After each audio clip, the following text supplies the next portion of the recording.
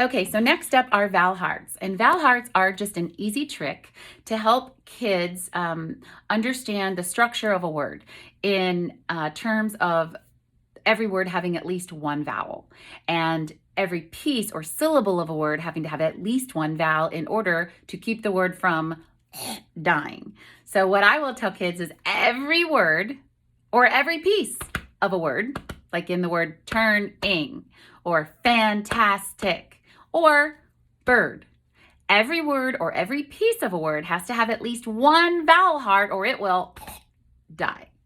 So if kids write the word turn and they spell it T-R-N, they could justify that and tell you it says T-R-N. See, I did it. Now, if you tell them, oh, no, you need to put a U in that word, they're going to probably say, as the brain is a pattern-making machine, why? I've got the sounds I need, T-R-N. I don't hear a U. If you say, well, but you have to put the U in there to make the R say then what happens when they see the word bird? And now you tell them, oh, now you need to put an I in that word. Well, why? I don't hear an I. I know, but if you don't put the I in there, the R is not going to say I thought I had to put the U in there. Well, that was in that word. In this word, you have to put the I in there. And on it goes with the ER. So to make more sense and to keep things kind of clean from the brain's perspective, if they write the word turn, T-R-N, all you have to do is say, oh, that word's going to die. It's going to die. Can you give me the sound? But with a vowel heart, can you think of a way to give me that sound, but one that would have the vowel heart? Now, if kids know the secret, that's an easy do, because they already know how to get the sound, and it is with, of course, that ER, I, or UR. So they might give you the wrong one, and they might say, IR, and you can go, give me another one. ER, give me another one. UR, yep, that's the one I want. So you're just kind of reconnecting them to another way to get the same sound, but with a vowel heart. And that will not just help to support a word like, for instance, turn or her, or another example is turning, because in second grade, even I've seen kids spell turning, T-R-N-I-N-G. And all you have to do is say, oh, this word's gonna die. I mean, we've got one vowel heart. Look, guys, turning. How many parts do you hear? How many syllables? And they'll go, 2. Okay, so I see one vowel heart, and you put a little heart around the I. But then that's for ing, but the turn part, there's no vowel heart. So that part's going to die. If that part dies, the whole word's going to die. So how else can we get the to-earn sound, but with a vowel heart? How else can we get that sound? And again, that's going to lead them here. And so now they've got a vowel heart for turn, a vowel heart for ing. The word's good to go. It gives kids a framework for spelling reconstruction. In other words, it lets them understand what's anchoring down each syllable or each piece of the word. Now, this might not be something that if you don't use secret stories, you would run into as quickly, because kids aren't writing multisyllabic words early on enough that this would all be so completely foreign to them. But with the secret stories, it's happening very, very early. And because of that, kids need to know right from the get-go how it is that they can segment their words into syllables and then understand that anchoring each syllable is going to be at least one vowel heart. So this really is a key piece for kids who have faster access to the code at a much earlier age. Here's a good example. This little one is in TK, and she wrote, my vacation house.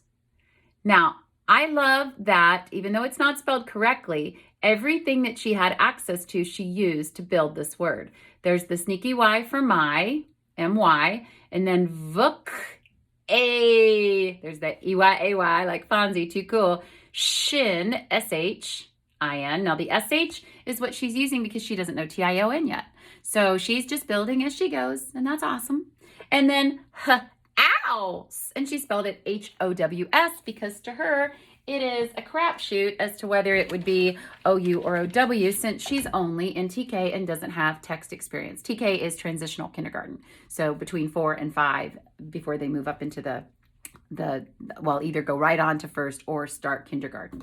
So if you don't know which one is which, you pick one, and that's what she did. Now, although her choices aren't proper spelling, what they are the tools that clearly, the building blocks that clearly go toward reading. So when she put shin or sh for the vacation, that means she owns sh. So if you turn that around and she sees the word she could attack that word. If you look at the fact that she used the A sound in vacation, she's got the AY sound and the EY, which means she could read a word like they or play or gray or obey, because she's got at least that building block or piece of the code. And the same goes for house. She doesn't know whether it's OU or W yet because she hasn't been reading long enough to have text experience to help fine tune that choice. But as a reader, it would be a perfect tool for her to attack words, because she could attack words with the OU or OW sound and know it's ow. And the best teacher is reading. So what she can read, she will read, and that's the fastest way to sure up whether how is OU or OW. So it doesn't take kids long at all to know which one's correct when they know what their options are and they actually have ownership of that building block that they're using to read all day long. And they are reading all day long if they have the code that they need to access all of the text they see in math and on the lunch menu, and so much beyond just those individual letter sounds and whatever sight words we're kind of stuffing holes with. So the vowel hearts are key to help kids segment words, to help kids sound out words, and then to help kids fine tune or identify sounds like an R sound that they might logically think they could use to spell, but yet it would not suffice the syllable with a vowel. That every syllable of a word has to have at least one vowel heart or it will die.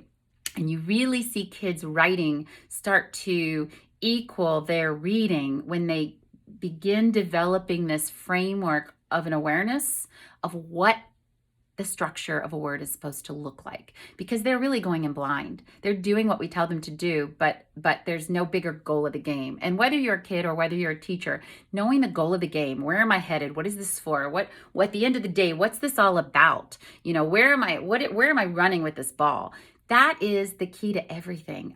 Having a need to know and then being able to kind of fill in the holes as you go. It's just the brain system for learning. And if kids understand kind of what it is that they're going for as they go through these daily tasks, especially kids who are armed with so much more of the code so much sooner, they have to have a faster learning curve to understand what they can actually do with this power that they now have. And so I think if you're not using secret stories, this particular trick, the Vowel Hearts or the Zookeeper M&M quizzes, it's still a great tool for you to use to power up what they have. But the real power lies in what they have. The more they have, the more it powers it up, because that's really what these tools are for. They're to get the most out of, or to milk the most maximum value from what kids are bringing to the table to use to write or to read. And if kids aren't bringing much to the table, then you really can't milk too much out of nothing. Now I'm going to do one more video segment, and it's going to be on what kids can do, what is possible when you're looking at beginning writing. And I'm going to show you a couple of examples of things that are going to touch on what we've just looked at and talked about with the Vowel Hearts and with with Zookeeper and M&M quiz.